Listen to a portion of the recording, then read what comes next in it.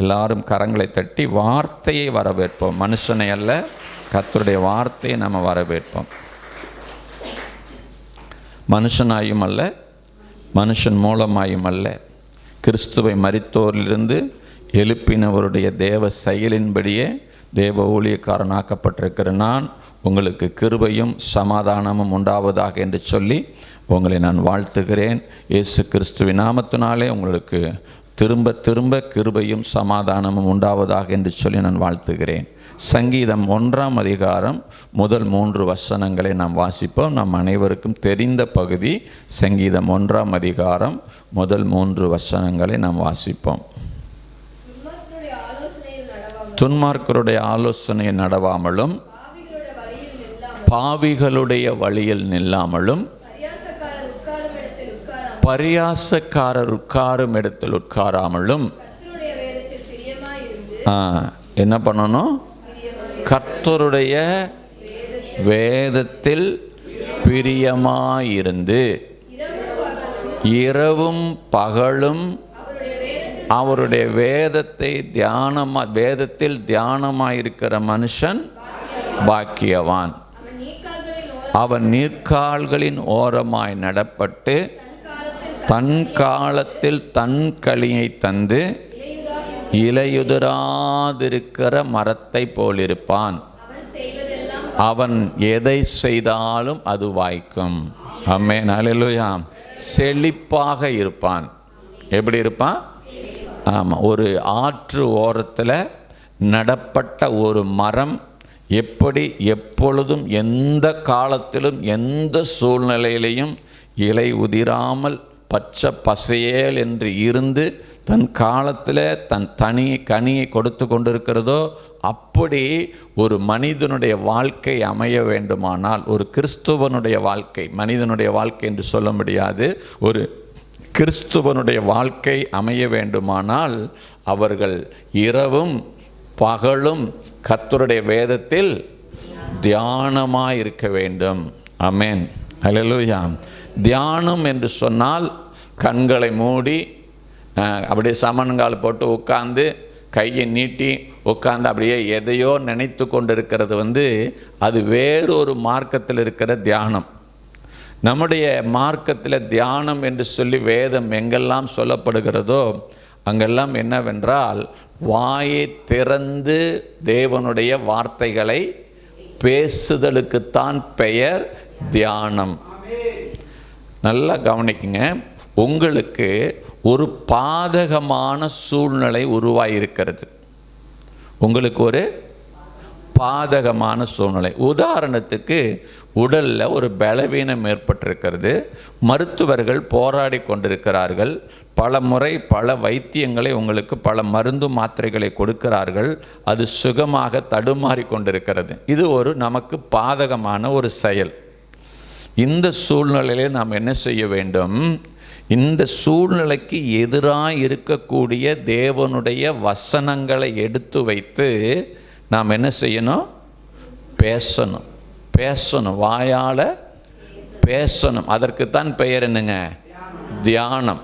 அப்போது உங்களுடைய வாழ்க்கையில் எல்லாருக்குமே உலகத்தில் போராட்டங்கள் உண்டு. கடவுளை அறிந்தவர்களுக்கும் போராட்டம் உண்டு. கடவுளை அறியாமல் கடவுளை தேடாதிருக்கிறவர்களுக்கும் போராட்டம் உண்டு. வேறு வேறு கடவுளை தொழுது கொள்ளுகிறவர்களுக்கும் போராட்டம் உண்டு. கடவுளே இல்லை என்று சொல்லுகிற நாஸ்திகர்களுக்கும் இந்த உலகத்தில் என்ன இருக்குதுங்க? போராட்டம் இருக்கிறது. ஒரு உண்மையை நீங்கள் தெளிவாக தெரிந்து கொள்ள வேண்டும். யாருக்கெல்லாம் நன்மை நடக்கிறதோ, அவர்கள் கடவுளை அறிந்தவர்களாக இருந்தாலும் சரி, அவர்கள் கடவுளை அறியாதவர்களாக இருந்தாலும் சரி, யாருக்கெல்லாம் நன்மை நடக்கிறதோ அந்த நன்மையெல்லாம் தேவனிடத்திலிருந்து வருகிறது. நல்லா புரிஞ்சுக்கணும். யாருக்கு என்ன நன்மை நடந்தாலும் அந்த நன்மையை கொடுக்கிறவர் யார்? நம்முடைய தேவனாகிய கர்த்தர். ஒருவேளை அவர்கள் அந்த தேவனாகிய கர்த்தரை அறியாமல் இருக்கலாம், அந்த தேவனாகிய கர்த்தரை தேடாமல் இருக்கலாம், அந்த தேவனாகிய கர்த்தரை நம்பாமல் இருக்கலாம். ஆனாலும் அவர்களுக்கு அவர் நன்மை செய்கிறவர். இப்போ மழை பெய்யுது. மழையை யார் கொடுக்கிறா?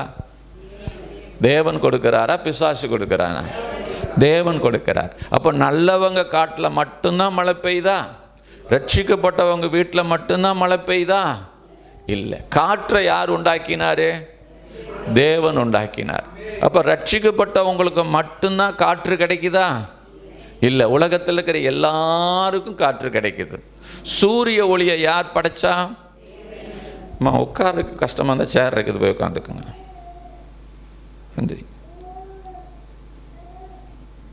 எப்பவுமே சேரில் கொஞ்சம் வயசு பிள்ளைங்க உட்காந்துருந்தீங்கன்னா, வயசானவங்க வந்தாங்கன்னா அவங்களுக்கு இடம் கொடுத்துட்டு நீங்கள் கீழே உட்கார்றது தான் நல்ல பழக்கம். அந்த பழக்கத்தை கொஞ்சம் கொஞ்சமாக கற்றுக்குங்க. கர்த்தர் உங்களை கனம் பண்ணுவார். கவனிங்க. அப்போது நன்மைகள் எந்த நன்மையாக இருந்தாலும் யாருக்கு வந்தாலும் சொல்லுங்கள், யார்கிட்டேருந்து வருது? தேவனிடத்திலிருந்து வருகிறது. அதே போல் தீமை, விபத்துக்கள், நாச மோசங்கள், வியாதிகள், பண நெருக்கங்கள், குழப்பங்கள், சண்டைகள், சச்சரவுகள், விரோதங்கள், பகைகள், இது எல்லாம் யார்கிட்ட இருந்து வருதுங்க? நல்லா தெரியுமா உங்களுக்கு? இதில் எந்த மாற்று கருத்து உங்களுக்கு இல்லையே. யாராக இருந்தாலும் கடவுளை தேடாத 2 பேர் சண்டை போட்டுக்கிறாங்கன்னா அது யாரால? பிசாசால. ஒருத்தன் கொலை செஞ்சிட்டான், யாரால? பிசாசால. ஆமாம். ஒருத்தன் தானம் தர்மம் பண்ணுறான், யாரால? தேவனால. ஒருத்தருக்கு நன்மை கிடைக்குதுன்னு சொன்னால் அதற்கு காரணம் தேவன். யாரை கொண்டாகிலும் நமக்கு நன்மை செய்வார். யாரை கொண்டாகிலும் யாருக்கு வேணாலும் அவர் நன்மை செய்வார். ஆமென். ஏன்னா அவர் நல்லவர். அவர் நல்லவராகவே, ஆமாம், இன்னும் நல்லவராகவே இருக்கிறார். நாம் அவரை மறந்து போனாலும் அவர் நமக்கு நல்லவராகவே இருக்கிறார். ஹல்லேலூயா. அது நல்லா நீங்கள் புரிஞ்சுக்கணும். ஆமாம், நல்லா கவனிங்க. அப்போது சார், இப்போது நீங்கள் சொல்கிறீங்க அவர் நல்லவர்னு சொல்கிறீங்க சார், ஆனால் என்னுடைய வாழ்க்கையில், இன்னும் சுருக்கமாக சொல்லப்போனால் என்னுடைய வாழ்க்கைன்னு நம்ம சொல்கிறத விட நான் பெரும்பாலான நிறைய சபைகளுக்கு போயிருக்கிறபடினால, இந்த சபை ஆரம்பிக்கிறதுக்கு முன்னால் கேரளா, கர்நாடகா போன்ற பல மாநிலங்களுக்கு நான் சபைகளுக்கு சென்றிருக்கிறேன். அந்த காலத்திலிருந்தே நான் பார்த்துருக்கிறேன். கர்த்தரை நம்பி 20 வருஷம், 25 வருஷம், 15 வருஷம் ஆகிறது. ஆனால் எங்களுடைய வாழ்க்கையில் இப்படிப்பட்ட ஒரு வியாதி, இப்படிப்பட்ட ஒரு பலவீனம், இப்படிப்பட்ட ஒரு கஷ்டம், இப்படிப்பட்ட ஒரு கடன், இப்படி நெருக்கங்களில் பிள்ளைகளாலே, பெற்றோர்களாலே, மாமனார் மாமியாராலே நாங்கள் வேதனைப்பட்டு கொண்டு இருக்கிறோம் என்று சொல்லுகிறவர்கள் அநேக தேவ பிள்ளைகள் இந்த பூமியில் உண்டு. பொருளாதாரத்தில் கஷ்டப்படுகிற தேவ பிள்ளைகள் பெரும்பாலான பேர் சபைகளுக்குள்ளே உண்டு. இப்போது ஆண்டவர் ஆசீர்வதிக்கிறவர் அல்லவா? ஆண்டவர் மேன்மைப்படுத்துகிறவர் அல்லவா? ஆண்டவர் கனப்படுத்துகிறவர் அல்லவா? ஆண்டவர் நன்மை செய்கிறவர் அல்லவா?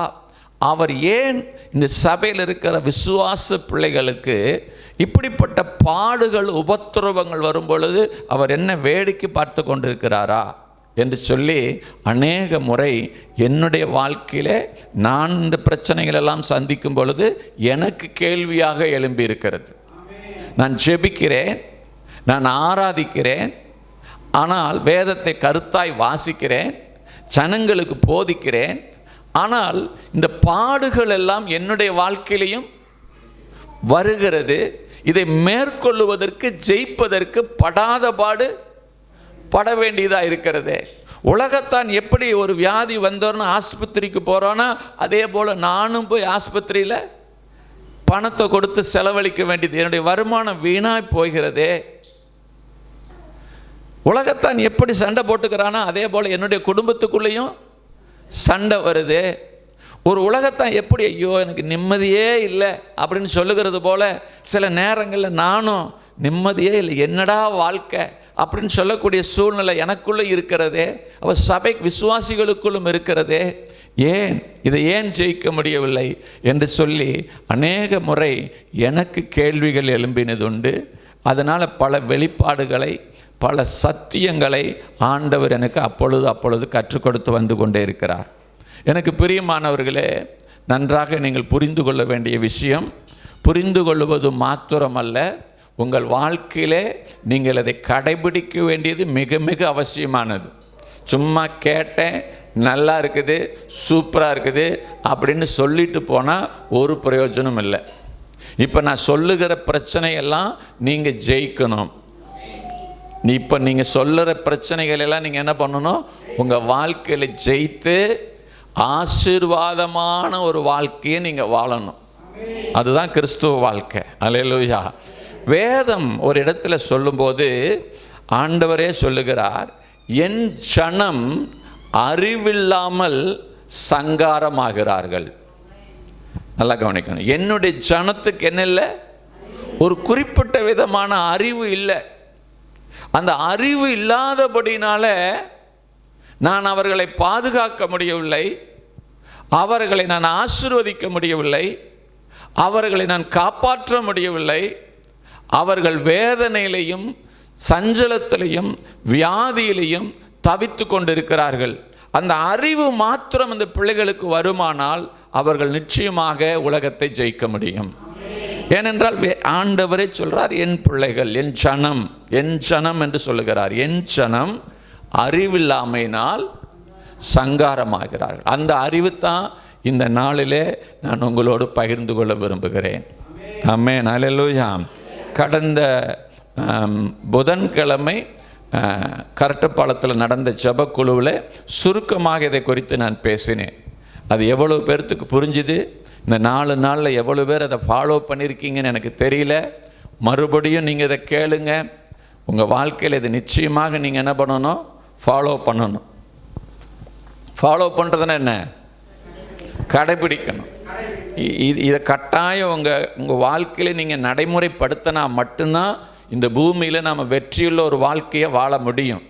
ஐயா, நான் நல்லா ஜெபிக்கிறேன், நான் நல்லா உபவாசம் போடுறேன், நான் வாரம் தவறாமல் சர்ச்சுக்கு போகிறேன், நான் உபவாச கூட்டத்துக்கு போகிறேன், எல்லாத்துலேயும் நான் பங்கு பெறேன், ஆனால் என் வாழ்க்கையில் என்ன இல்லை?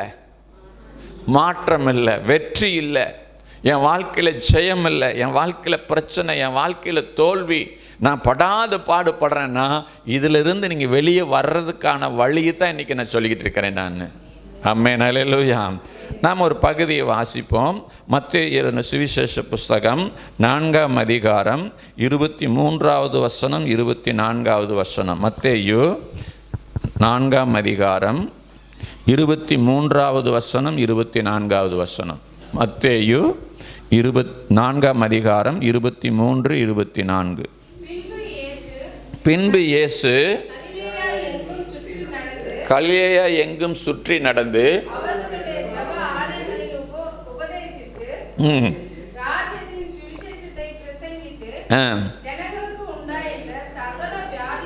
சகல வியாதிகளையும்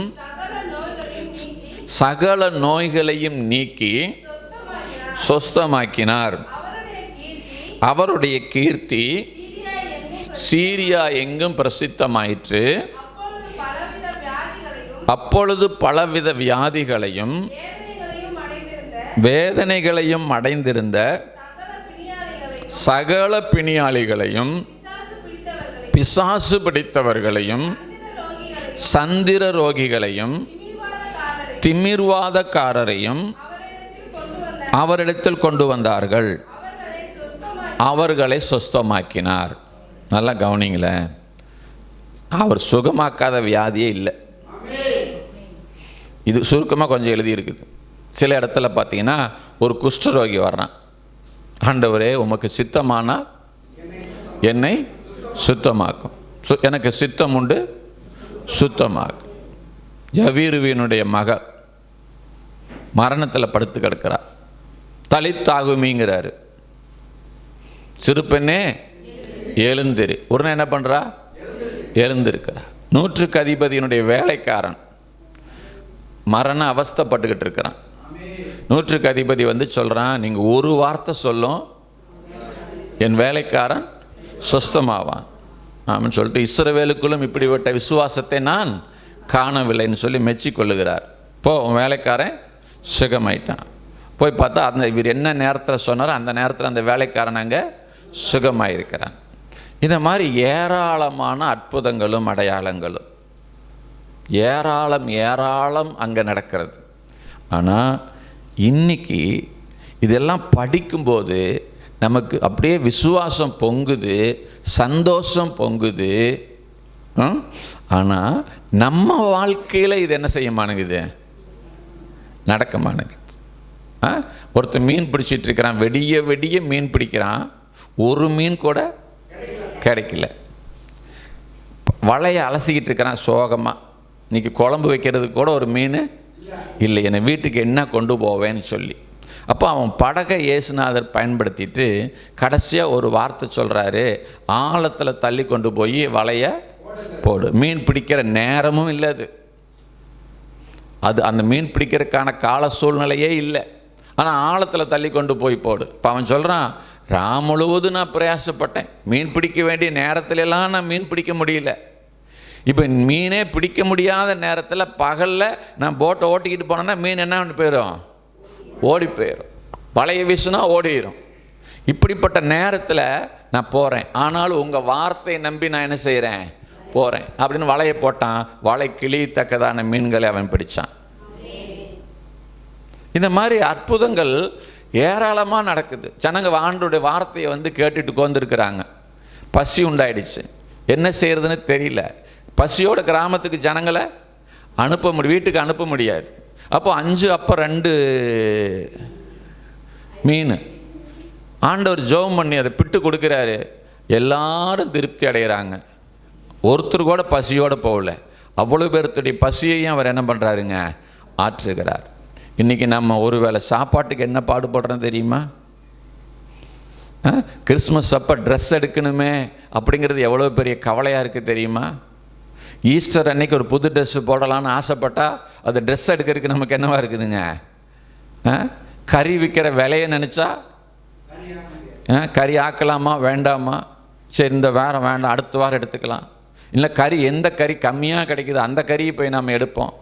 இப்படியெல்லாம் நம்ம பல விதங்களிலே பொருளாதாரத்தில் நம்ம என்ன பண்ணிக்கிட்டு இருக்கிறோம், சிரமப்பட்டு கொண்டு இருக்கிறோம். இது சரியானா நிச்சயமாக சரி இல்லை. ஆண்டவர் அவ்வளவு அற்புதங்களை செய்த ஆண்டவர் நம்முடைய வாழ்க்கையிலே அற்புதங்களை செய்யாமல் விட்டு விடுவாரோ? இல்லை. அப்போது ஏன் நம்முடைய வாழ்க்கையில் இதெல்லாம் நடக்கலை அப்படின்னா, நமக்கு ஒரு குறிப்பிட்ட அறிவு நம்முடைய வாழ்க்கையில் வேலை செய்யுது. எல்லாம் இருக்குது, ஜெபம் இருக்குது, உபவாசம் இருக்குது, பைபிள் ரீடிங் இருக்குது, சர்ச்சுக்கு போகிறது இருக்குது, எல்லாம் நம்முடைய வாழ்க்கையில் எல்லாம் நமக்கு தெரிஞ்சது எல்லாத்தையும் நம்ம பர்ஃபெக்டாக செய்கிறோம், கொஞ்சம் பேரை தவிர. ஆனாலும் நம்முடைய வாழ்க்கையில் என்ன செய்ய முடியல, நம்ம முன்னேறி வர முடியல. நம்ம போராடுறோம். கடலுக்குள்ளே விழுந்த, தண்ணிக்குள்ளே விழுந்து, ஆற்றுக்குள்ளே விழுந்து தத்தளிக்கிற மாதிரி நம்முடைய வாழ்க்கையில் நம்ம என்ன செய்து கொண்டிருக்கிறோங்க, பல பிரச்சனைகளில் பல போராட்டங்களில் தத்தளித்து கொண்டிருக்கிறோம். எனக்கு பிரியமானவர்களே, தெளிவாய் கேளுங்கள். நிச்சயமாக தேவன் இந்த நாளிலே சொல்லுகிற ஆலோசனையின் மூலமாக உங்கள் வாழ்க்கையை நிச்சயமாக வளமுள்ளதாக, செழிப்பானதாக, ஆரோக்கியமானதாக மாற்ற வல்லவராய் இருக்கிறார் என்பதை மறந்து விடாதீர்கள். அல்லேலூயா. நான் என்ன சொல்ல வர்றதுங்கிறத கவனமாக என்ன பண்ணணும், கேட்கணும். அனுதினமும் அதை வாழ்க்கையில் கடைபிடிக்கணும். அனுதினமும் வாழ்க்கையில் என்ன பண்ணணும், கடைபிடிக்கணும். ஸ்தோத்திரம். நான் உங்களை பரிசுத்தமாக நடக்கிறத பற்றி பேசலை, செபிக்கிறத பற்றி பேசலை. ஆமாம், உங்கள் வாயால் என்ன பேசணும் அப்படிங்கிறத பற்றி என்ன செய்கிறேன் நான் இன்றைக்கி சொல்ல போகிறேன். உங்கள் வாயால், உலகத்தில் சொல்லுவாங்கள்ல, வாயுள்ள புள்ள பொழைச்சிக்கும். உங்கள் வாயை சரியாக பயன்படுத்தினீங்கன்னா நீங்கள் இந்த பைபிளில் என்ன ஆசீர்வாதமெல்லாம் உங்களுக்கு இருக்குன்னு சொல்லியிருக்கோ அவ்வளோ ஆசீர்வாதங்களையும் நீங்கள் இந்த வாழ்க்கையில் அனுபவிக்க முடியும். ஆமென். நம்புறீங்களா? நம்புறீங்களா? நீங்கள் கடனே வாங்க தேவையில்லை. கடன் வாங்க வேண்டிய அவசியமே.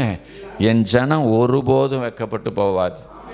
என் ஜனம் ஒருபோது யாருக்கிட்டையும் கையேந்தி நிற்காது. அநேக ஜாதிகளுக்கு கடன் கொடுப்பார்களே ஒழிய கடன் வாங்க மாட்டார்கள். ஆமென். அல்லேலூயா. நம்ம கடன் வாங்குறோம்னு நமக்கு புத்தி இல்லை. நம்ம கடன் வாங்குகிறோம் அப்படின்னா நமக்கு சரியான அறிவு நம்மக்கிட்ட வேலை செய்யலை, விசுவாசம் சரியாக இல்லை, நிறைய காரியத்தில் நம்ம தவறிக்கொண்டு இருக்கிறோம் என்று தான் அர்த்தம் நம்ம சொல்லணும். ஆமென். அல்லேலூயா. சரி, நல்லா கவனிங்க. ஆமாம், இயேசு கிறிஸ்து அற்புதம் செஞ்சார்ல, உடனே அற்புதங்களை பெற்றாங்கல்ல. வந்தவுடனே குஷ்டரோகிகள் வர்றாங்க 10 பேர். போய் நீங்கள் உங்களை போய் ஆசாரியன்கிட்ட காண்பிங்கிறாரு. உடனே அவங்க என்ன செய்கிறாங்க? காண்பிக்க போகிறாங்க. போகிற வழியில் அவங்க என்ன ஆயிடுறாங்க? சுகமாயிடுறாங்க. அதில் ஒருத்தன் மட்டும் ஓடி வந்து ஆண்டவருக்கு என்ன செய்கிறான்? நன்றி செலுத்துறான். ஆனால் மொத்தத்தில் 10 பேருமே என்ன ஆனாங்க? சுகமானாங்க. இப்படி இயேசுநாதர்கிட்ட வந்த அத்தனை பேரையும் அவர் என்ன பண்ணாருங்க? சுகமாக்கினார். அந்த சுகமாக்கப்பட்டவர்களுக்கு நல்லா புரிஞ்சுக்குங்க, அந்த சுகமாக்கப்பட்டவர்களில் 90% பேருக்கு இயேசு யாருன்னு தெரியாது. இயேசு இவர் தான் மேசியா, இவர் தான் கர்த்தர், இவர் தான் வரப்போகிறவர், இவர் தான் ரட்சகர் அப்படிங்கிறது அவங்களுக்கு தெரியாது. நல்லா புரிஞ்சுக்குங்க. அதனால் அவரை அவர்களுக்கு தன்னை வெளிப்படுத்துவதற்காக அற்புதங்களை செய்கிறார். இன்னைக்கும் பாருங்க, சபைக்குள்ள புதுசா எப்பேற்பட்ட வியாதியஸ்தரோடு வந்தாலும் கூட விசுவாசி சுகமாகிறதை காட்டிலும் புதிதாய் வந்தவர்கள் சுகமாக்கப்படுகிறார்கள். சபைக்குள்ள நான் சொல்றது, 10 வருஷமா 15 வருஷமா சபைக்குள்ள இருக்கிற விசுவாசி வியாதியோடு வாழ்றாங்க. ஆனால் வியாதியோடு சபைக்கு உள்ள வர்றவங்க சுகமாகறாங்க. ஏன்னா அவங்க இயேசுவை யாருன்னு தெரிஞ்சுக்கணும் அப்படின்னு ஆண்டவர் அவர்களுக்கு தன்னை வெளிப்படுத்துவதற்காக, நான் தான் சுகமாக்குகிறவர், நான் தான் பரிகாரியான கர்த்தர். நீங்கள் எல்லாமே அப்படி சுகமாக்கப்பட்டு தான் ஆலயத்துக்குள்ளே வந்தீங்க. உங்களுக்கு ஏதோ ஒரு அற்புதம் நடந்து தான் இயேசுநாதருடைய ஆலயத்துக்குள்ளே வந்தீங்க. உங்கள் வாழ்க்கையில் மட்டும் அற்புதமும் அடையாளமும் நடக்கலை, ஒன்றுமே நடக்கலை அப்படின்னா தொடர்ச்சியாக இந்த ஆலயத்துக்குள்ளே நீங்கள் என்ன செஞ்சுருக்க மாட்டீங்க? இந்த ஆலயமே எந்த ஆலயமே எங்கேயுமே நீங்கள் நிலச்சி நிற்க மாட்டீங்க. நான் போய் பார்த்தேன், ஒன்றுமே எனக்கு நடக்கலைன்னு சொல்லி என்ன பண்ணிடுவீங்க? திரும்பி போயிடுவோம். இப்போ நாம் ஏன் நிலச்சிருக்கிறோம் அப்படின்னா, நமக்கு அற்புதம் ஆண்டவர் செய்தார். அற்புதத்தை கண்ணார கண்டோம். ஏதோ ஒரு அற்புதத்தை நம்முடைய வாழ்க்கையில் நாம் அனுபவிச்சதுக்கு பிறகு அவர் ஆண்டவர் என்பதை நாம் தெரிந்து கொண்டோம். அப்படிதானே? அவர் ஆண்டவர் என்பதை தெரிந்து கொண்டதினாலே, அவர் மெய்யான ரட்சகர் என்று தெரிந்து கொண்டதினால அவருக்குள்ளே நாம் இப்பொழுது நிலைத்து நிற்கிறோம். ஆனால் என்ன இதில் சோதனைனா, அவர் யாருன்னு தெரியாத காலத்தில் அவரை தெரிவிக்கிறதுக்காக ஆண்டவர் நமக்கு சுகத்தை கொடுத்தார். இப்போ சுகமெல்லாம் பெற்று அற்புதமெல்லாம் பெற்று அவர் யாருன்னு தெரிஞ்சதுக்கு பிற்பாடு நமக்குள்ள ஒரு பலவீனம் வரும்போது, நமக்குள்ள ஒரு வியாதி வரும்பொழுது ஜெபம் பண்ணா பதில் வரமானுங்குது.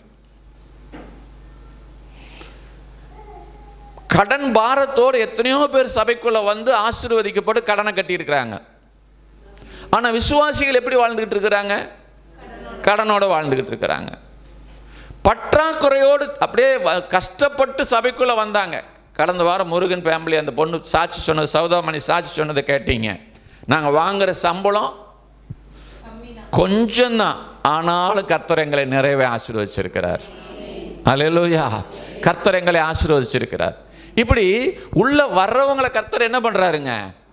ஆசீர்வதிக்கிறாரு. ஆனால் உள்ள இருக்கிறவங்க தடுமாறிக்கிட்டு இருக்கிறோம். இதுக்கு என்னன்னு என்னைக்காவது யோசிச்சு பார்த்தீங்களா? ஏன் நான் இப்படி தடுமாறணும்? தடுமாறுறது அவசியமா? சொல்லுங்க, தடுமாறுறது அவசியமா? இல்லை. அப்போ எங்கேயோ நாம் ஏதோ ஒன்று மிஸ் பண்ணுறோம். நாம் ஏதோ ஒன்று மிஸ் பண்ணுறோம். அது நம்முடைய வாழ்க்கையில் என்ன பண்ணிக்கிட்டு இருக்குதுங்க? தடை செய்து கொண்டு இருக்கிறது. பாருங்களேன், சுவிசேஷ கூட்டமெல்லாம் போடுவாங்க. இயேசு விடுவிக்கிறார், இயேசு அழைக்கிறார், இன்னும் நிறைய இருக்குது. இயேசு நேசிக்கிறார், அப்புறம் அமாவாசை ப்ரேயரு, கட்டுடைக்கிற ப்ரேயரு, பிசாசு துரத்துகிற கூட்டங்கள், இப்படி நிறைய கூட்டங்கள்லாம் நிறைய இடங்கள்ல என்ன செய்யுதுங்க? நடக்குது. அங்கே போகிறவங்க பார்த்தீங்கன்னா விசுவாசிகளும் அங்கே போவாங்க, புது ஜனங்களும் இயேசுவை அறியாத ஜனங்களும் அங்கே என்ன பண்ணுவாங்க? இங்கே போனால் சுகமாகுதாமல்ல அப்படின்னு சொல்லி அவங்க போவாங்க. இப்போ நல்லா கவனிங்க, அங்கே சுகமாகிறதுல பெரும்பாலான பேர் யாராக இருப்பாங்கன்னு சொன்னீங்கன்னா, இயேசுவை அறியாதவங்களாக இருப்பாங்க. இயேசுவே யாருன்னே தெரியாதவங்க கொஞ்சம் கொஞ்சம் அப்படியே அப்பப்போ ஆலயத்துக்கு போயிட்டு வந்துக்கிட்டு இருக்கிறவங்க அங்கே டபால் என்ன ஆயிடுவாங்க, சுகமாக்கப்பட்டுருவாங்க. ஆனால் காலங்காலமாக சர்ச்சுக்கு போயிட்டு இருக்கிற ஒரு ஆள் இயேசு விடுவிக்கிறார், இயேசு அழைக்கிறார் கூட்டங்களுக்கு போய் முழுமையாக சுகமானதாக என்ன செஞ்சதில்லைன்னா அறிஞ்சதில்லை. அது நம்ம வெள்ளப்பாறையில் நடத்தின அந்த மீட்டிங்காக இருந்தாலும் சரி, அப்படி அவங்களுக்கு சுகம் கிடைக்கும். ஒரு விசுவாசிக்கு என்ன கிடைக்கும்? சுகம் கிடைக்கும். ஆலயத்துக்கு போகிற ஒரு ஆளுக்கு ஒரு கூட்டத்துக்கு போன உடனே சுகம் கிடைக்கும். அது ஒரு சில மாதங்கள் அல்லது சில வாரங்கள் மட்டுமே இருக்கும். நம்ம செல்போனில் சார்ஜ் ஏற்றுனா ஒரு 2 நாளைக்கு 3 நாளைக்கு செல்லு தாங்குது பாருங்க, அந்த மாதிரி தாங்கும். அப்புறம் ஒரு குறிப்பிட்ட நாள் ஆன உடனே பழைய குருடி கதவை திரடி அப்படிங்கிற மாதிரி அந்த வியாதி மறுபடியும் என்ன செஞ்சிருது உள்ள. ஏன் வந்துருச்சுன்னு அவங்களுக்கே தெரியுமானுங்குது. இது ஒருத்தருக்கு 2 பேருக்கு இல்லை, நான் தெரிஞ்ச வரைக்கும் பல பேருக்கு இது நடந்திருக்குது. ஆமென்.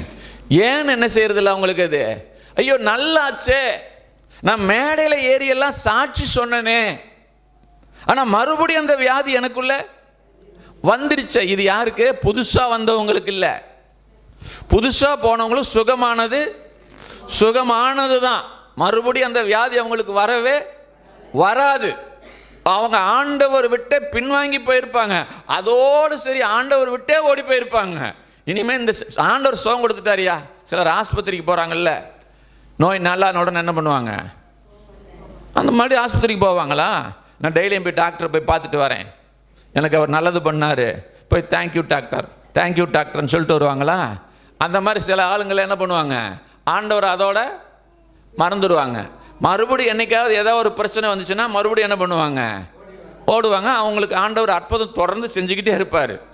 நல்லா கவனிங்க. ஏன்னா எப்படி ஆயினும் அவர்கள் தடவி ஆகிலும் தன்னை என்ன பண்ணணும், கண்டு கொள்ளணுங்கிறது அவருடைய ஆசை.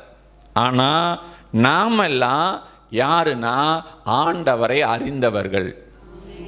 நமக்கும் அவங்களுக்கும் உள்ள வித்தியாசம் என்னன்னா, நாம் ஆண்டவரை அறிந்தவர்கள், அவர்கள் ஆண்டவரை அறியாதவர்கள்.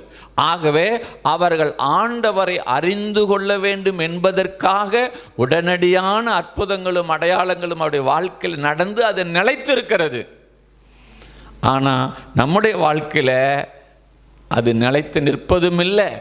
சில நேரங்களில் கூட்டங்களுக்கு போய் உற்சாகமாக பாட்டு பாடி பொழுது போக்கிட்டு அப்படியே ஜாலியாக தான் வாங்கி ஸ்நாக்ஸ் சாப்பிட்டுட்டு 2 புக்கு பாட்டு புக்கெல்லாம் வாங்கிட்டு அப்படியே கையை வீசிக்கிட்டு வீட்டுக்கு பழைய மாதிரியே தான் வந்து சேர்ற நிலைமை இருக்குதே ஒழிய நம்முடைய வாழ்க்கையில் எந்த மாற்றமும் வந்ததில்லை. அப்படியே மாற்றங்கள் வந்தாலும் அது நிலைச்சு நிற்பதும் இல்லை. இதுக்கு என்ன காரணம்? நான் புரிஞ்சுக்கணும். நாம் நல்லா புரிஞ்சுக்கணும். இயேசு அற்புதம் செய்கிறவர், அதில் எந்த மாற்று கருத்தும் இல்லை. நாம் ஜெபிக்கணும், அதில் எந்த மாற்று கருத்தும் இல்லை. நல்லா ஆராதிக்கணும், இதில் எந்த மாற்று கருத்தும் இல்லை. மன்றாடணும், கண்ணீர் விட்டு கதறலாம், தப்பே கிடையாது. என்னால் இந்த வேதனை தாங்கவே முடியல ஏசப்பா அப்படின்னா, உங்களால் முடியலன்னா நீங்கள் என்ன பண்ணலாம், ஆண்டவர்கிட்ட அழுதறலாம், தப்பு கிடையாது. வேற என்ன பண்ண முடியும் நம்மளால? சொல்லுங்க. ஒரு பிரச்சனை தாங்கவே முடியல, என்னதான் செய்வீங்க? ஆண்டவர்கிட்ட தான். வேற யார்கிட்ட போக முடியும்? பக்கத்து வீட்டுக்காரங்கிட்ட போய் சொல்லி அழ முடியுமா? எத்தனை நாளைக்கு பக்கத்து வீட்டுக்காரங்கிட்ட போய் சொல்லி அழ முடியும்? இல்லை பாஸ்டர்கிட்ட தான் சொல்லி அழ முடியுமா? 4 நாளைக்கு சொன்னோன்னா பாஸ்டர் கதவு சாத்திக்கு வரும்போதே ஐயோ வருதுற அருவக்கரைக்கு. அப்போ மனுஷங்கிட்ட சொல்லி நம்ம என்ன பண்ண முடியாதுங்க, தீர்வு காண முடியாது. அப்போ ஆண்டவர்கிட்ட போய் அழுவுறோம், தப்பு இல்லை, இதெல்லாம் செய்யுங்க. ஆனால் இது எல்லாம் நமக்கு ஒரு நிரந்தரமான முடிவான தீர்வை நமக்கு தராது. அப்போ இதுக்கு பலன் இல்லையா சார்னா, பலன் இருக்குது. கட்டாயம் நம்ம என்ன பண்ணணும், ஜெபிக்கணும், கட்டாயமாக உபவாசிக்கணும், கட்டாயமாக ஆராதிக்கணும், கட்டாயமாக ஆலய ஆராதனையை நம்ம என்ன பண்ணக்கூடாது, மிஸ் பண்ணக்கூடாது. நம்ம கட்டாயமாக ஒவ்வொரு வாரமும் ஆலயத்துக்கு கட்டாயமாக நம்ம என்ன பண்ணணும், வரணும், வேதத்தை வாசிக்கணும், கண்ணும் கருத்துமாக வசனத்தில் கவனத்தை நம்ம செலுத்தணும். அதோடு கூட மிக முக்கியமாக சங்கீதம் 1 சொல்லப்பட்ட வசனம், இரவும் பகலும் கர்த்தருடைய வேதத்தில் தியானமாக இருக்க வேண்டும். தியானமாக இருக்கணும். வசனத்தை வாய் நிறைய என்ன பண்ணணுங்க, பேசணும். பேசித்தான் நம்ம ஜெயிக்கணும். நல்லா கவனிங்க. மத்தேயு எழுதின சுவிசேஷ புஸ்தகம் 4ஆம் அதிகாரம் 1வது வசனத்திலிருந்து 11வது வசனத்தை வரைக்கும் நீங்கள் வீட்டில் போய் வாசிங்க, இங்கே வாசிக்க வேண்டாம். மத்தேயு 4ஆம் அதிகாரம்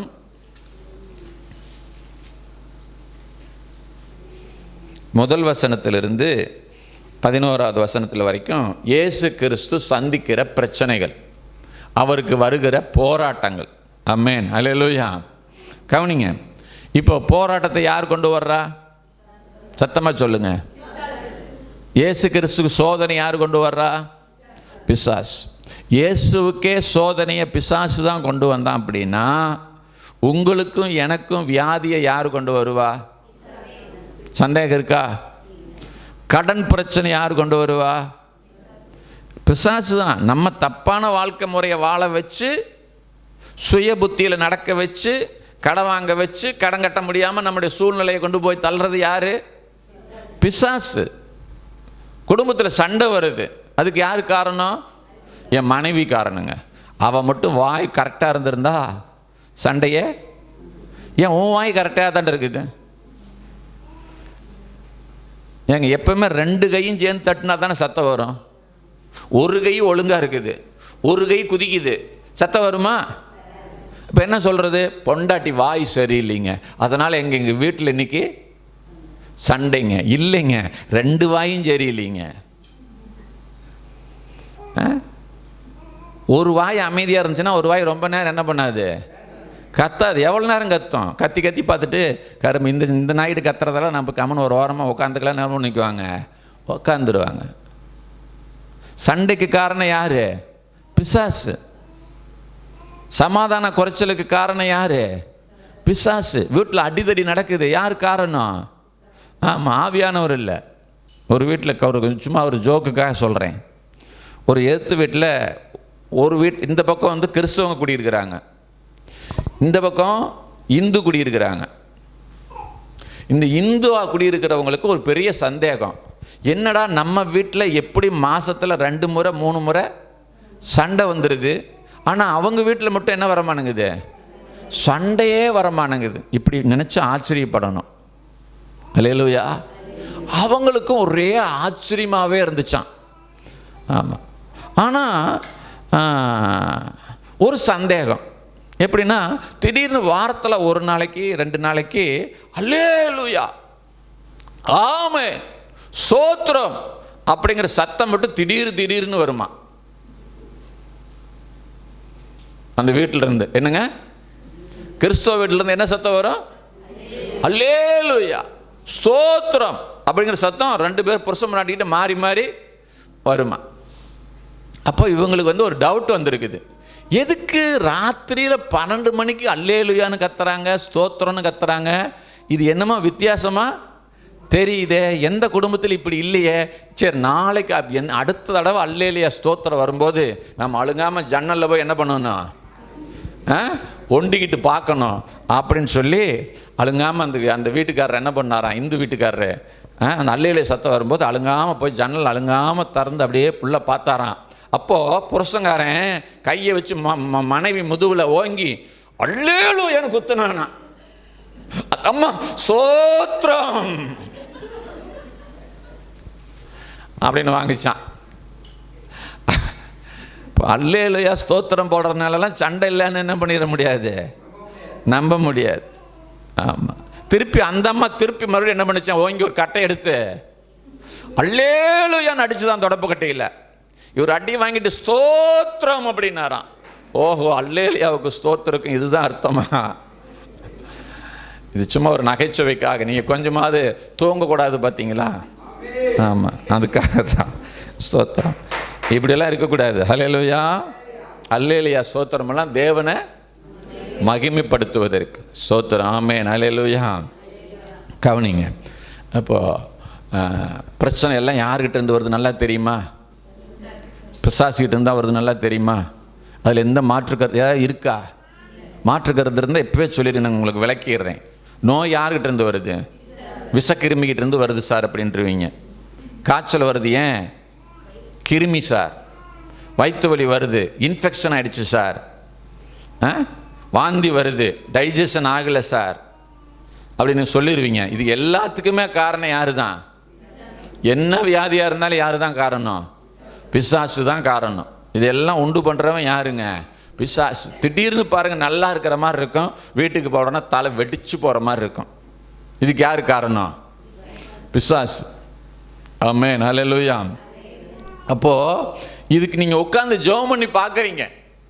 நானும் பார்த்துட்டேன், நீங்களும் ஜெபம் பண்ணுறீங்க. ஆனால் என்ன பண்ண மாட்டேங்குது?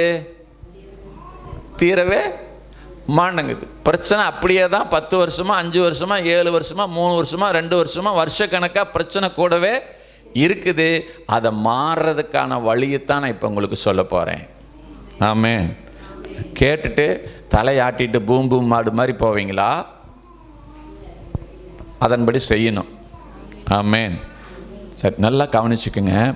தேவனால் சுகமாக்க முடியாத வியாதி எதுவுமே கிடையாது. ப்ரெஷரை சுகமாக்க முடியுமா? அல்சரை சுகமாக்க முடியுமா? கேன்சரை சுகமாக்க முடியுமா? சுகரை சுகமாக்க முடியுமா? ஆனால் நம்ம மனசில் நல்லா கவனிங்க, டாக்டருங்கெல்லாம் பதிய வச்சுட்டாங்க. என்ன? சுகர் வந்துருச்சா காலம்பூரா என்ன பண்ணணும்? மாத்திரை சாப்பிடணும். ப்ரெஷர் வந்துருச்சா காலம்பூரா மாத்திரை சாப்பிடணும். இப்படி சில பதிவுகள் நம்முடைய மனதில் பதிவாயிருக்கு. முதல்ல அதையெல்லாம் என்ன பண்ணணும்? அழிச்சிடணும். இல்லை, என் தேவனால் கூடாத காரியம் ஒன்றுமில்லை. சுகமாக்க முடியும்னு முதல்ல நம்புங்க. நீங்கள் எப்பேற்பட்ட வியாதியில் வாழ்ந்தாலும் சரி, எவ்வளவு கஷ்டமான சூழ்நிலையில் இருந்தாலும் சரி, எவ்வளவு அதாள பாதாளத்தில் உங்களுடைய பொருளாதாரம் குறைவுபட்டு போயிருந்தாலும் சரி, என் தேவனால் எல்லாம் கூடும். சொல்லுங்கள், என் தேவனால் எல்லாம். இந்த முதல்ல இந்த மனநிலை வந்தால் தான் நீங்கள் அடுத்து செய்கிற காரியம் உங்களுக்கு சக்ஸஸ் ஆகும். ஆமென். இந்த மனநிலை வராமல் நீங்கள் என்ன பண்ணக்கூடாது? நான் சொல்கிற காரியத்தை செஞ்சால் அது சக்ஸஸ் ஆகாது. என்ன பண்ணணும்னு சொன்னால் நல்லா கவனிங்க. இயேசு என்ன செஞ்சாரோ அதை தான் நாம் செய்யணும். இயேசுவுக்கு தேவன் யாருன்னு நல்லா தெரியுமா? ஏசப்பாவுக்கு கடவுள் யாருன்னு தெரியுமா தெரியாதா? தெரியும். ஆனால் இயேசு சுகமாக்கினார்ல, அவங்களுக்கெல்லாம் இயேசு யாருன்னு தெரியுமா? இப்போ நல்லா வித்தியாசம் புரிஞ்சுக்கிட்டீங்களா? இயேசு உடனே யாருக்கெல்லாம் சுகமாக்கினாரோ அவங்களுக்கெல்லாம் இயேசு யாருன்னு தெரியாது. அவர் சுகமாக்கினதுக்கு பிற்பாடு தான் இயேசு யாருன்னு தெரியும். அவர் பின்னால் வந்து அவருடைய வார்த்தைகள் எல்லாம் கேட்டு அப்புறம் தான் அவங்க என்ன பண்ணாங்க? ரட்சிக்கப்பட்டாங்க. ஆனால் இயேசுவுக்கு பிறந்த நாளிலிருந்து நான் யாரால் பிறந்தேன், என் தகப்பன் யார், என்னை போதிக்கிறவர் யார், என்னை நடத்துகிறவர் யார், எதற்காக இந்த பூமிக்கு வந்தேன், என்னுடைய நோக்கம் என்ன, தேவ சித்தம் என்ன, தேவன் யார், தேவன் எப்படிப்பட்டவர் என்பது எல்லாம் அவருக்கு தெரியும். ஆமென். இப்போ சுகமாக்கப்பட்டவங்களுக்கும் சுகமாக்கினவருக்கும் உள்ள வித்தியாசத்தை நீங்கள் நல்லா புரிஞ்சுக்கணும். சுகமாக்கப்பட்டவர்கள் சுகமாக்கினவரை அறியாதவர்கள். சுகமாக்கினவர் இயேசு கடவுளை நன்கு அறிந்தவர்கள். இப்போ நம்ம சபைக்குள்ள புதுசா உள்ள வர்றவங்க தேவனை அறியாதவர்கள். நீங்களும் நானும் ஆண்டவரை நன்கு அறிந்தவர்கள். இப்போ நாம புறஜாதி மாதிரி சுகத்தை பெற முடியாது. பாஸ்டர் தலை மேல கையை வைப்பாரு, எனக்கு சுகம் கிடைக்கும்னா ஒரு வாரத்துக்கு 4 நாளைக்கு நிற்கும், அவ்வளவுதான். அதுக்கு மேலே அது என்ன பண்ணாது? நிற்காது. அதுக்கு ஏன் வந்து என் கையும் வெறுங்கையும் உங்கள் தலையும் வெறுந்தலை, அந்த வெறுந்தலையை கொண்டாந்து வெறுங்கைக்கிட்ட கொடுத்து என்ன பிரயோஜனம் சொல்லுங்க பார்க்கலாம்? ஒரு 4 நாளைக்கு 3 நாளைக்கு நல்லா இருக்கிற மாதிரி இருக்கும், மறுபடியும் வந்து என்ன செஞ்சுக்குது? அது உட்காந்துக்குது. காரணம் என்னன்னா, நாம யாரு? தேவனை அறிந்தவர்கள். நாம சுகத்தை பெற்றுக்கொள்வதும் ஆசீர்வாதத்தை பெற்றுக்கொள்ளுகிற முறையும் வேற. நல்லா கவனிங்க, வேற. அப்படி நாம புறஜாதியார் மாதிரி சுகத்தை பெற்றுக்கொள்ள முடியாது. நமக்கு தேவை நமக்கு ஒரு அறிவு. அறிவினால தான் நாம் இந்த பூமியில் வாழ முடியும். ஆமென். இயேசு என்ன செஞ்சாருன்னு பாருங்களேன். மத்தேயு 4ஆம் அதிகாரம் 1வது வசனத்திலிருந்து நம்ம இப்படி கொஞ்சம் படிப்போம். அப்பொழுது இயேசு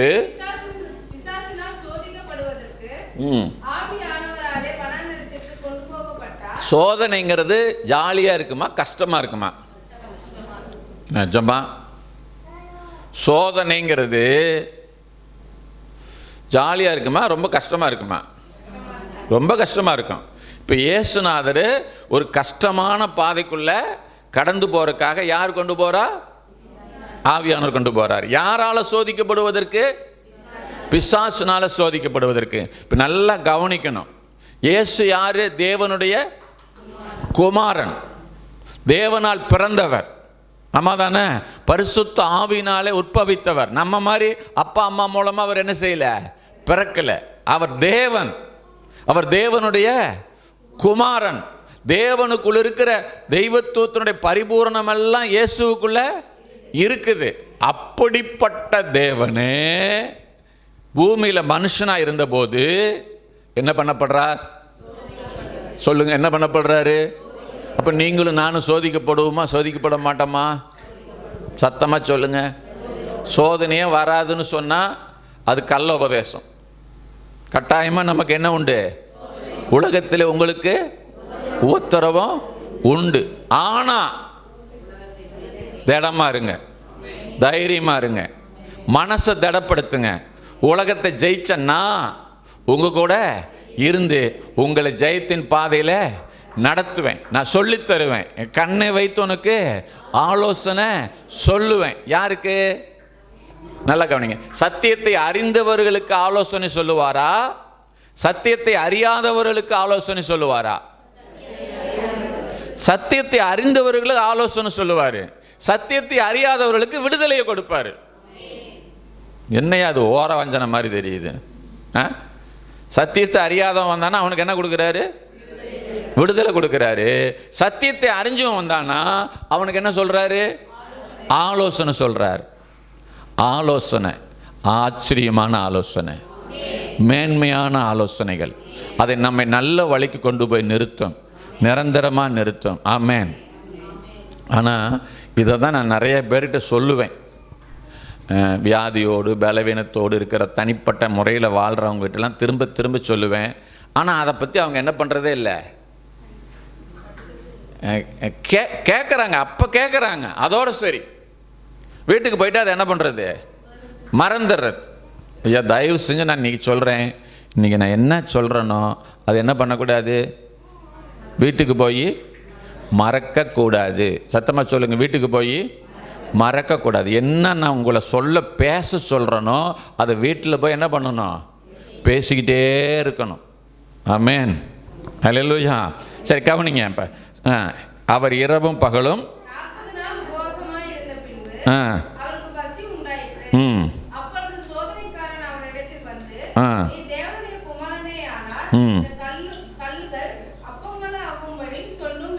என்ன சொல்கிறான்? நீ பசியோடு இருக்கிற, 40 நாள் உபவாசம். இப்போ நீ என்ன பண்ணணும்?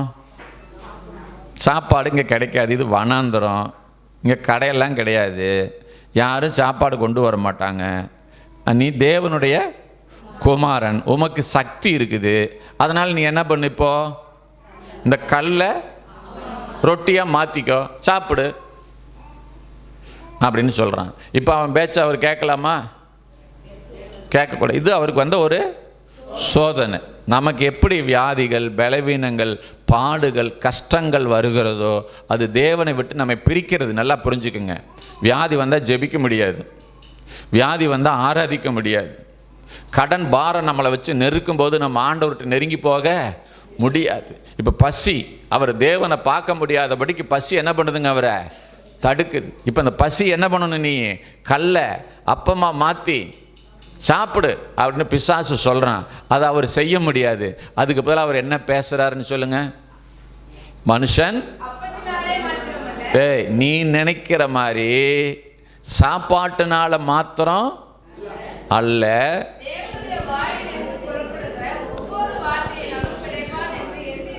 என்று சொல்லுங்க. எழுதி இருக்கிறதே, என்று எழுதி இருக்கிறதே. அப்ப எதை பேசுகிற? பிரச்சனை உச்சகட்டத்துக்கு போகும்போது, சோதனை உச்சகட்டத்துக்கு போகும்போது, பிசாசு தூண்டி விடும்போது, பிசாசு வேதனைப்படுத்தும் பொழுது, பிசாசு சஞ்சலப்படுத்தும் பொழுது, பிசாசு உங்களை வச்சு அழுத்தி கொன்னுறணும்னு நினைக்கும் போது, நீங்க உங்க வாயை திறந்து ஏசப்பா எப்படியாவது என்னை காப்பாத்துங்கப்பா இப்படி கூப்பிடுறதுக்கு பதிலா என்ன பண்ணணும்? அவர் கூடவே தான் இருக்கிறாரு. உனக்கு புத்தியை கொடுக்க விரும்புகிறாரு. என்ன புத்தி? நான் உனக்கு வார்த்தையை பூமியில எழுதி கொடுத்துருக்கிறேன். என் வார்த்தையை எடுத்து நீ என்ன பண்ணு? பேசு. என் மகன் பாரு, வாழ்ந்து காட்டிட்டு போயிருக்கிறார் இந்த பூமியில. அவரு தான் உனக்கு முன்மாதிரி. அவருடைய அடிச்சுவடுகளை பின்பற்றி வரும்படி நாம் அழைக்கப்பட்டிருக்கிறோம். விசுவாசிக்கிறீங்களா? அவருடைய ஒவ்வொரு ஸ்டெப்பையும் நாம ஃபாலோ பண்ணணும். அப்போ அவர் என்ன பண்ணியிருக்கிறாரு? எழுதப்பட்ட வார்த்தையை எடுத்து பேசுறார். ஹல்லேலூயா. அப்ப நீங்க உங்க வாழ்க்கையில பிரச்சனைகள் வரும்போது, வியாதிகள் வரும்போது, பிசாசனுடைய போராட்டங்கள் வரும்போது, உபத்திரவங்கள் வரும்போது, அந்த உபத்திரவத்தை பேசாமல் எதை பேசணும்? அதுக்கு பதிலாக தேவன் வேதத்தில் சுகத்தை குறித்து ஏராளமான வார்த்தை எழுதி கொடுத்திருக்கிறார். எழுதுங்க, ஒரு நோட்டில் போட்டு எழுதி வைங்க. என்ன? அப்பத்தையும் தண்ணீரையும் ஆசீர்வதிப்பேன் என்று ஆண்டவர் எழுதியிருக்கிறாரே. வியாதியை உன்னை விட்டு விலக்குவேன், உன் ஆயுசு நாட்களை பூரணப்படுத்துவேன், வாதையன் கூடாரத்தை அணுகாது, பொல்லாப்புனுக்கு நேரிடாது, அவருடைய தழும்புகளால் குணமானீர்கள். இப்படி வார்த்தை இருக்குதா? எகிப்தியருக்கு வரப்பண்ணின வியாதிகளில் ஒன்றையும் நான் உனக்கு வரப்பண்ணேன், நானே உன் பரிகாரியாகிய கர்த்தர். அப்படின்னா பரிகாரின்னு என்ன? உனக்கு விரோதமாக வர்ற எல்லாத்தையும் பரிகரிக்கிறவர், அழிக்கிறவர் நான் தான். அவர் என் பரிகாரியான கர்த்தர், என் பட்சத்தில் இருக்கிறார். நான் அவருடைய ஆலயம், அவர் எனக்குள்ளே வாசமாக இருக்கிறார். எனக்குள்ளே இயேசுவை தவிர பிசாசுக்கு இடமே இல்லை. இப்படி எல்லாம் பேசுங்கன்னு சொல்றேன் நான். அல்லேலூயா. இப்படி பேசினா மட்டும்தான் நீங்க என்ன பண்ண முடியும்? ஜெயிக்க முடியும். நீங்க என்ன பண்றீங்க தெரியுமா? இந்த வாரம் ஒரு ஊழியக்காரனை கூப்பிட்டு வருவேன். அந்த ஊழியக்காரர்கிட்ட போய் தலையை நீட்டி, ஐயா எனக்கு இப்படிப்பட்ட ஒரு பிரச்சனை இருக்குது, போவே மாட்டேங்குதுயா, நீங்க ஜெபம் பண்ணுங்கய்யா. அவர்கிட்ட ஜெபம் பண்ணிக்கிறோமா? சரி. அடுத்த 2 மாசம் கழிச்சு இன்னொரு ஊழியக்காரர் வர்றாரு. அந்த ஊழியக்காரர்கிட்டையும் போய் என்ன சொல்றது? அதே பிரச்சனைய, எனக்கு இப்படி ஒரு பிரச்சனை இருக்குது, தயவு செஞ்சு ஜெபம் பண்ணுங்க அப்படின்னா, தொடர்ந்து வர்ற ஊழியக்காரங்கிட்ட பூரா நீங்க என்னத்தை அறிக்கையிட்டுக்கிட்டு இருக்கிறீங்க? உங்களுக்கு என்ன பிரச்சனை இருக்குதோ அது இன்னும் உங்களை விட்டு போன மாதிரி நீங்க நினைக்கல, இருக்கிற மாதிரியே இன்னும் என்ன பண்ணிக்கிட்டு இருக்கிறீங்க? வர்ற ஊழியக்காரங்கிட்ட பூரா அறிக்கிட்டு தலை நீட்டிக்கிட்டு இருக்கிறீங்க. அவங்களும் துரத்திக்கிட்டே இருக்கிறாங்க, போய்கிட்டே இருக்குது. வீட்டில் போய் 4 நாள் கழிச்சு மறுபடியும் அது என்ன பண்ணிக்குது? சரி உட்காந்துக்குது. ஏன்? என்ன இல்லை? வாயில வசனம் இல்லை. சத்தமா சொல்லுங்க, வாயில என்ன இல்லை? அறிவில்லாமையால், வசன அறிவில்லாமையால், வார்த்தை என்கிற அறிவு இல்லாமையால் என் ஜனங்கள் என்ன ஆகி கொண்டிருக்கிறார்கள்? சங்காரமாய் கொண்டிருக்கிறார்கள். தயவு செஞ்சு தேவ பிள்ளைகளே, நீங்கள் உங்கள் பிரச்சனைக்கு உபவாசம் போடுறீங்க, நல்லது. உங்கள் பிரச்சனைக்கு ஜெபிக்கிறீங்க, நல்லது. உங்கள் பிரச்சனைக்கு கண்ணீர் விட்டு அலறீங்க, நல்லது. இதெல்லாம் நான் தப்பு இல்லைன்னு சொல்லலை. இதை எல்லாத்தை காட்டிலும் வல்லமையானது என்ன தெரியுமா? வார்த்தைகளை பேசணும். எந்த பிரச்சனையாக இருந்தாலும் சரி, அத்தனை பிரச்சனைக்கும் வேதத்தில் என்ன இருக்குது? வார்த்தை இருக்குது. வார்த்தை இல்லாமல் ஒரு ஒரு ஒரு பிரச்சனை கூட இல்லை. எல்லா பிரச்சனைக்கும் என்ன இருக்குதுங்க? ஏன் நீங்கள் சபையை விட்டு சபையெல்லாம் போனாலாம் பிரச்சனை மாறாது. ஊழியக்காரனை விட்டு ஊழியக்காரங்கிட்ட மாறி மாறி போனாலாம் என்ன செய்யாதுங்க? பிரச்சனை போகாது.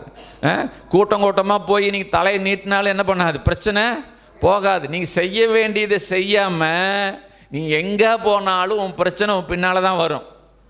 ஆமென், அல்லேலூயா. நல்லா கவனிங்க. அப்போ நீங்கள் என்ன செய்யணும்? வார்த்தையை பேசணும். யார் பேசணும்? யார் பேசணும்?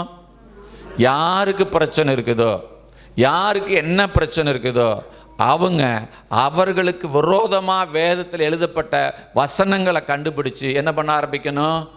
பேச ஆரம்பிக்கணும். அடுத்தது பாருங்க, அடுத்து இன்னொரு சோதனை வருது.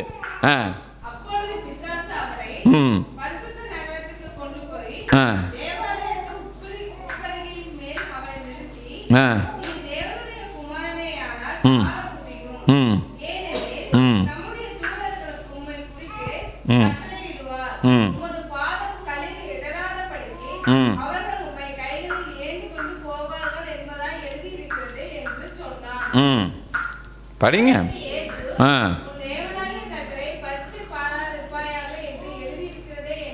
இப்போ என்ன பேசுறாரு? சொல்லுங்க, என்ன பேசுறாரு? வார்த்தை தான் பேசுறாரு. நல்லா ஒன்று புரிஞ்சுக்கணும். நீங்கள் ஒரு தடவை 2 தடவை வார்த்தையை பேசின உடனெல்லாம் பிசாசு என்ன செஞ்சிட மாட்டான். பேசினார்கிட்ட போனானா அவர் ஒரு பிரச்சனையை வார்த்தையால் ஜெயிச்சார். இப்போ அடுத்து என்ன பண்ணுறான்? அடுத்த பிரச்சனை, அதையும் வார்த்தையினால் ஜெயிக்கிறார். அதுக்கு அடுத்த பிரச்சனையை கொண்டு வரான். அப்போ என்ன செய்கிறார் தெரியுமா? அப்பால இப்போ சாத்தானேன்னு துரத்துறார். அப்போ நல்லா கவனிங்க.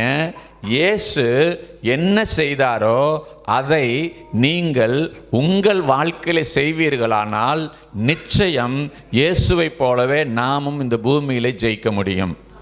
ஆமென், அல்லேலூயா. இயேசு திரும்ப திரும்ப வார்த்தைகளை பேசினார். அதோடு மாத்திரம் அவர் நிற்கவில்லை. அந்த பிரச்சனைக்குரிய பிசாசை இயேசுவின் நாமத்தினால நீங்க துரத்தணும். அல்லேலூயா. 2ஐயும் செய்யணும். இப்போ எனக்கு வயிற்று வலின்னு வச்சுக்கோங்களேன், நான் என்ன சொல்லணும்? நான் ஒரு உதாரணத்தை மட்டும் உங்களுக்கு சொல்லித்தரேன். எனக்கு தீராத வயிற்று வலி. இப்போ நான் என்ன பண்ணணும்? கர்த்தர் என் அப்பத்தையும் தண்ணீரையும் ஆசீர்வதிச்சிருக்கிறார். அல்சர் வியாதியை, வயிற்று வலியை என்னை விட்டு அவர் நீக்கி இருக்கிறார். அவருடைய தழும்புகளால் நான் சுகமாக்கப்பட்டிருக்கிறேன். வாத என் கூடாரத்தை, வயிற்று வலி என் கூடாரத்தை அணுகாது. வயிற்று வலி எனக்கு நேரிடாது, பொல்லாப்பு எனக்கு நேரிடாது. அவருடைய தழும்புகளால் நான் என்ன செய்யப்பட்டிருக்கிறேன்? சுகமாக்கப்பட்டு. இது மாதிரி ஒரு வார்த்தை 2 வார்த்தை இல்லைங்க, நிறைய வார்த்தை இருக்குது. அவர் என்னுடைய பரிகாரியான கர்த்தர். என் பாவங்களை மாத்திரமல்ல, என் சாபங்களை மாத்திரமல்ல, என்னுடைய வியாதிகளையும் இயேசு சிலுவிலே சுமந்து தீர்த்திருக்கிறார். ஆகவே அவருடைய தழும்புகளால் என்ன செய்யப்பட்டிருக்கிறேன்?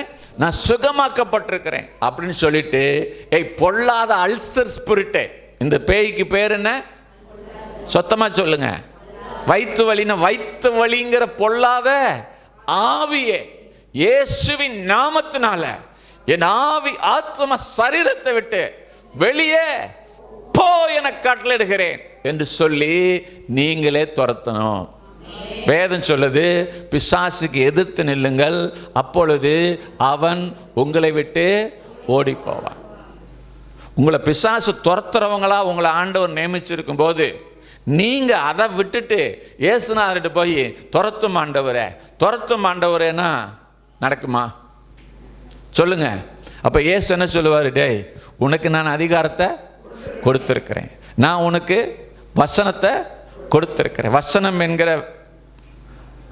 ஒரு வல்லமையை உன் கையில் நான் என்ன பண்ணியிருக்கிறேன்? இந்த வசனத்துக்கு ஏற்ற வல்லமை வேற உலகத்தில் எங்கேயுமே கிடையாதுங்க.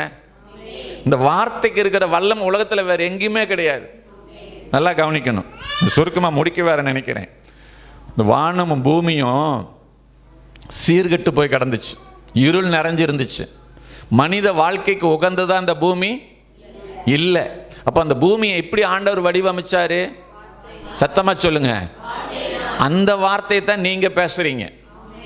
அவர் எப்படி பேசி இந்த பூமியை மனித வாழ்க்கைக்கு ஏற்ற மாதிரி வடிவமைத்தாரோ அதே போல இந்த வேத புஸ்தகத்தில் நீங்க எப்படி இருக்கணும்னு வேதம் எழுதி இருக்கிறதோ அந்த வார்த்தைகளை நீங்கள் பேசுவீர்களானால் உங்கள் வாழ்க்கை வடிவமைக்கப்படும். ஆமென், ஹல்லேலூயா. ஐயா, ஜெபம் முக்கியம், உபவாசம் முக்கியம், ஆராதனை முக்கியம், பைபிள் ஸ்டடி முக்கியம், வேத வாசிக்கிறது முக்கியம். அது எல்லாத்த விட முக்கியம் வசனத்தை பேசணும், வசனத்தை பேசணும். கடன் இருக்குதா? சொல்லுங்க. நான் போகையிலும் வருகையிலும் நான் அநேக ஜாதிகளுக்கு கடன் கொடுப்பேன், நான் கடன் வாங்குவதில்லை. உன்னதங்களிலே ஆவிக்குரிய சகல ஆசீர்வாதத்தினாலும் தேவன் என்னை ஆசீர்வதித்து இருக்கிறார். நான் ஆசீர்வதிக்கப்பட்டவன். கிறிஸ்துவுக்குள்ள அவருடைய மகிமையின் ஐஸ்வரியத்தின்படி நான் ஆசீர்வதிக்கப்பட்டிருக்கிறேன். ஆமென். கிறிஸ்துவினுடைய சம்பூரணமான ஆசீர்வாதம் என் மேல இருக்கு. பொல்லாத கடனே, கடன் என்கிற பிசாசே, பற்றாக்குறை என்கிற ஆவியே, தரித்திரம் என்கிற ஆவியே, சாபமே, இயேசுவின் நாமத்தினால என் வாழ்க்கையை விட்டு வெளியே போ. துரத்துங்க, துரத்துங்க. வசனத்தை பேசுங்க, பிசாச துரத்துங்க. நிச்சயமா நீங்க என்ன பண்ணுவீங்க? ஜெயிப்பீங்க. என்ன ஒரே ஒரு வசனம், உபாகம புஸ்தகம் 6ஆம் அதிகாரத்தை திருப்புங்க வேகமா. உபாகம புஸ்தகம் 6ஆம் அதிகாரம் 1வது வசனத்திலிருந்து 12வது வசனத்து வரைக்கும் வேகமா ஒருத்தர் படிச்சு முடிச்சிருங்க.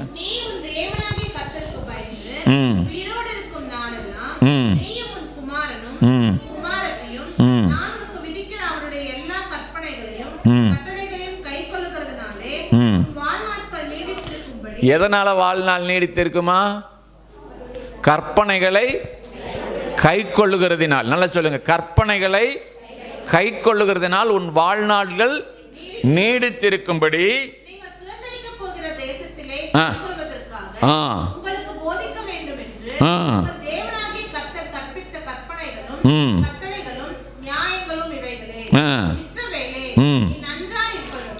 ஆண்டோடைய ஆசை. நல்லா கவனிங்க. நீ எப்படி இருக்கணும் சொல்லுங்க? நல்லா இருக்கணும். ஆண்டவர் உன்னை பார்த்து என்ன சொல்றாரு? நீ நல்லா இருக்கணும். சொல்லுங்க, நல்லா இருக்கணும். நம்ம சிலர் எல்லாம் பார்த்து சொல்ற, ஒரு கலஸ் தண்ணி கொடுத்தா என்ன சொல்றோம்? மவராசியாரு சொல்றோமா? சொல்றோமா இல்லைங்களா? இதை விட ஆண்டவர் நம்மளை பார்த்து சொல்றாரு, நீ நல்லா இருக்கணும்ப்பா, என் பிள்ளை நீ நல்லா வாழணும்ப்பா.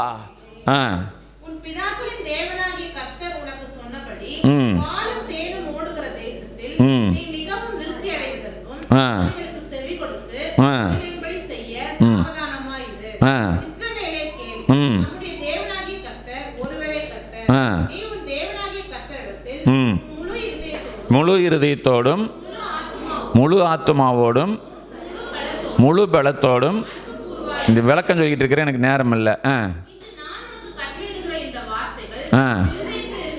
எங்க இருக்கணும் வார்த்தை? சொல்லுங்க. ஆண்டவர் சொன்ன வார்த்தையில எங்க இருக்கணும்? சத்தமா சொல்லுங்க. வேதம் சொல்லுது, இருதயத்தின் நிறைவை வாய் பேசும். அப்போ கர்த்தருடைய வார்த்தை வாயில இருந்த இருதயத்தில் இருந்தா அது தானா வாயில வரும். உங்க பலவீனம் உங்கள் இருதயத்தில் இருந்தா உங்க பலவீனம் தான் வரும். உங்க வியாதி உங்க இருதயத்தில் இருந்தா உங்க வியாதி தான் உங்க வாயில வரும். உங்க பிரச்சனையவே சிந்திச்சுக்கிட்டு இருந்தீங்கன்னா நீங்க எதை பேசுவீங்க? பிரச்சனை தான் பேசுவீங்க. அதுக்கு பதிலா மாறா உங்க இருதயத்தை எதால் நிரப்பணும்? சொல்லுங்க, எதால நிரப்பணும்? அம்மா, ஐயா, எதால உங்க வார்த்தையை நிரப்பணும்? தேவனுடைய வசனத்தினால உங்க வார்த்தையை நிரப்புங்க. நிரப்புனீங்கன்னா ஆட்டோமேட்டிக்கா வாய் என்ன பேசும்? தேவனுடைய வார்த்தையை பேசும். எப்படி பேசணும்னு போட்டிருக்குது பாருங்க, படிங்க. என்ன பண்ணணுமா? யாருக்கு? எப்ப இருந்து? 10வது முடிச்சு வரணியா? பப்பளி பக்தியில எழுதி முடிச்சு லீவு நாளில் உட்காந்தா? விபிஎஸ்லையா? சண்டே கிளாஸ் இல்லையா? சொல்லுங்க. யார் போதிக்கணும் வசனத்தை? பெற்றவங்க ஒழுங்காக போதிச்சிங்கன்னா சண்டே கிளாஸே தேவையில்லை. பெற்றவங்க ஒழுங்காக போதிச்சிங்கன்னா விபிஎஸ்ஸே தேவையில்லை. என்னை பொறுத்த வரைக்கும் நான் சொல்கிறேன். பிள்ளைகளுக்கு கருத்தாய் போதித்து எப்படிங்க? சத்தமாக சொல்லுங்க. உட்கார்ந்து இருக்கும் போதும் வழியில், சத்தமாக சொல்லுங்க. உட்கார்ந்து இருக்கும்போது என்ன பேசுறீங்க சொல்லுங்க, கொஞ்சம் உண்மையாக சொல்லுங்க. உட்கார்ந்து இருக்கும்போது 2 பேர் உட்கார்ந்துட்டு என்ன பேசுறீங்க?